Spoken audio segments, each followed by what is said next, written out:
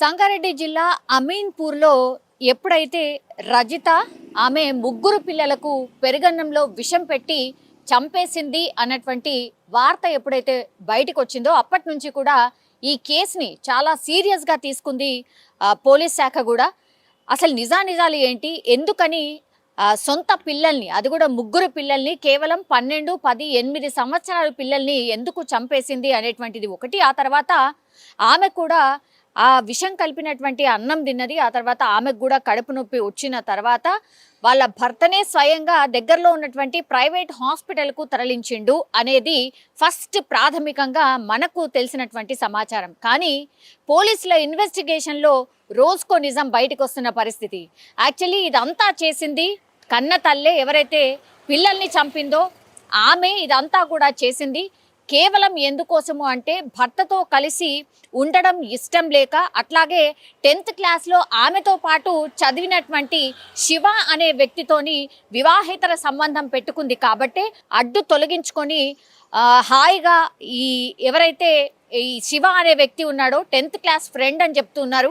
So అతనితో కలిసి ఉందాము అని ఇట్లా ప్లాన్ వేసింది కాబట్టే వాళ్ళ పిల్లల్ని చంపింది అనేటువంటిది పోలీస్ ఇన్వెస్టిగేషన్లో తేలింది. ముందుగా అనుకున్నారు అందరూ పెరుగన్నంలో విషం కల్పించింది, ఆ తర్వాత పిల్లలు చనిపోయారు అనేటువంటిది, ఆమె కూడా తినింది కాబట్టి ఆమెను హాస్పిటలైజ్ చేశారనేది.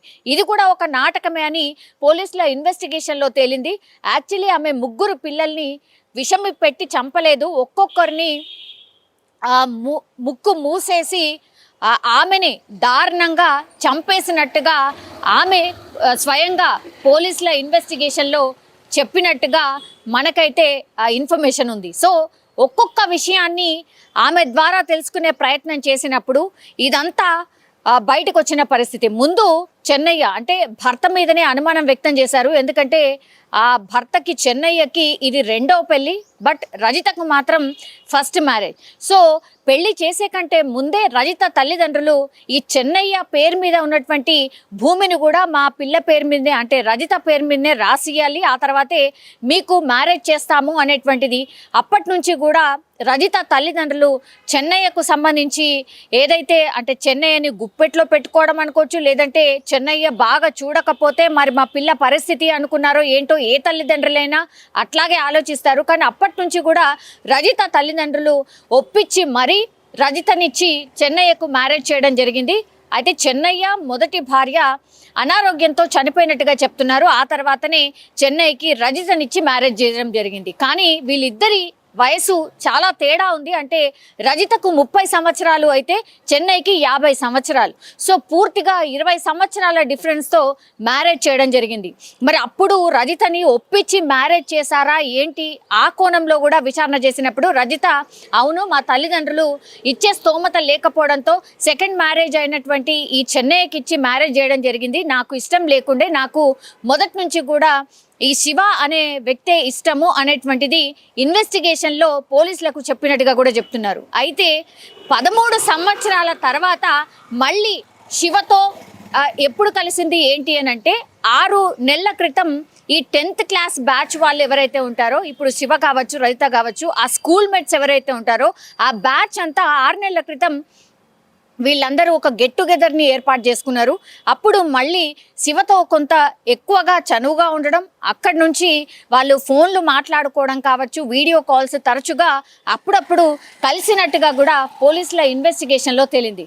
సో పూర్తిగా వీళ్ళిద్దరూ డిసైడ్ చేసుకొని ఇంకా నేను ఉండలేను, నా భర్తతో పాటు నేను ఉండలేను, నాకు ఇష్టం లేని పెళ్లి చేశారు కాబట్టి నేను నీతో పాటు వచ్చేస్తాను అని శివకు చెప్పడం, ఆ తర్వాత పిల్లల్ని చంపడానికి అడ్డు తొలగించుకోవడానికి వీళ్ళిద్దరూ ప్లాన్ చేసినట్టుగా పోలీసుల ఇన్వెస్టిగేషన్లో తేలింది.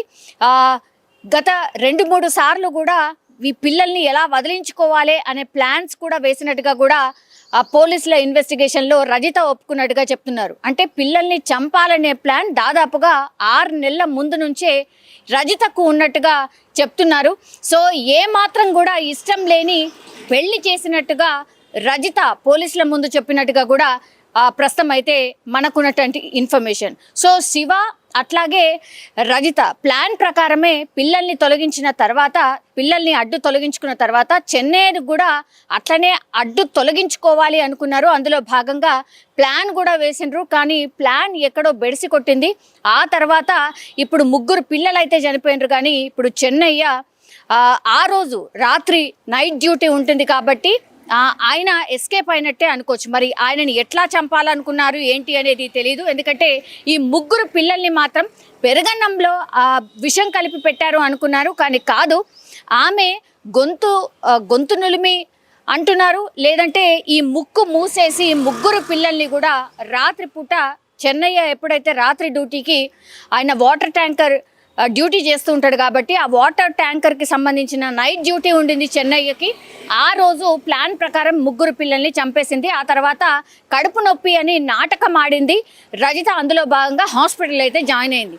కానీ ఈ ప్లాన్ అంతా కూడా కరెక్ట్గా ఇంప్లిమెంట్ చేద్దాము అని అనుకున్నారు. అందులో సక్సెస్ అయ్యాము కూడా అనుకున్నారు. పూర్తిగా చెన్నై మీద తోసేసి హ్యాపీగా ఇంకా మనం కలిసి ఉండొచ్చు అని శివ ఇంకా రజిత ప్లాన్ చేసినట్టుగా పోలీసుల ఇన్వెస్టిగేషన్ అయితే తేలిన పరిస్థితి. ఇప్పుడు ఇదంతా బయటపడ్డ తర్వాత మరి పోలీసులు వాళ్ళ స్టైల్లో ఇన్వెస్టిగేషన్ చేస్తారు అన్న మాట తెలీదా? పోస్ట్ మార్టం చేసినప్పుడు ఇవన్నీ నిజాలు బయటకు వస్తాయని తెలీదా? అట్లాగే ఇప్పుడు రజిత ప్రవర్తనలో కూడా చెన్నైని విచారణ చేసినప్పుడు, అంటే రజిత భర్తను విచారణ చేసినప్పుడు రజిత బిహేవియర్లో కూడా చాలా మార్పులు వచ్చాయి. ఒక 6 నెలల నుంచి 8 నెలల నుంచి కూడా ఆమె పూర్తిగా ప్రవర్తనలో మార్పు అయితే వచ్చింది. తరచుగా గొడవ పడ్డం ఇవంతా కూడా చేసినట్టుగా కూడా చెన్నయ్య పోలీస్ ఇన్వెస్టిగేషన్లో చెప్పినట్టుగా చెప్తున్నారు. పిల్లలని కోప్పడ్డం, సరిగ్గా చూసుకోకపోవడం, ఎక్కువ మట్టుకి ఈవెన్ ఆ స్కూల్లో డ్యూటీ చేస్తుంది రజిత, స్కూల్లో కూడా ఎక్కువగా ఫోన్లో ఉండిపోవడం, సరిగ్గా డ్యూటీలో కూడా చేయకపోవడం, ఆ కంప్లైంట్స్ కూడా ఈ రజిత భర్త చెన్నయ్య దగ్గరికి కూడా వచ్చినట్టుగా చెన్నయ్య విచారణలో చెప్పినట్టుగా చెప్తున్నారు. సో పూర్తిగా భర్త మీద నెపం నెట్టేసి ఇప్పుడు శివ అనే వ్యక్తితో జీవితాన్ని కొనసాగిద్దాము అనుకున్నటువంటి టైంలో ఇప్పుడు ఈ ప్లాన్ అంతా కూడా బెడిసి కొట్టింది అనుకోవచ్చు. ఇప్పుడు రజిత అట్లాగే శివ సంగారెడ్డి పోలీసుల అదుపులో ఉన్నారు. సంగారెడ్డి జైల్లో వాళ్ళని విచారణ చేస్తున్న సిచ్యువేషన్ అయితే కనిపిస్తోంది. రోజుకో నిజం, రోజుకో ట్విస్ట్ల ఇప్పుడు అమీన్పూర్ ఈ 3 పిల్లల్ని చంపినటువంటి ఘటనలో ట్విస్ట్లు అయితే బయటపడుతున్న సిచ్యువేషన్ అయితే కనిపిస్తోంది. కానీ ఘోరాతి ఘోరం, అట్లాగే ఇంత దారుణంగా కన్న తల్లే 3 పిల్లల్ని చంపడం ఇప్పుడు ఇప్పుడు ఈ స్టోరీ తెలిసిన వాళ్ళు ఆర్ ఈ ఇన్సిడెంట్ తెలిసిన వాళ్ళు ఎవరైనా పూర్తిగా ఆమెను ఉరి తీయాల్సిందే, ఆమెను శిక్షించాల్సిందే, ఆమెను వదిలిపెట్టద్దు. ఇట్లా కూడా ఉంటారా సమాజంలో? అసలు ఏం జరుగుతోంది? ఇంత దారుణమైన సంఘటనలు ఎందుకు చేస్తున్నారు? అట్లాగే కన్న తల్లే ఇంత కర్కశంగా వ్యవహరిస్తుందా?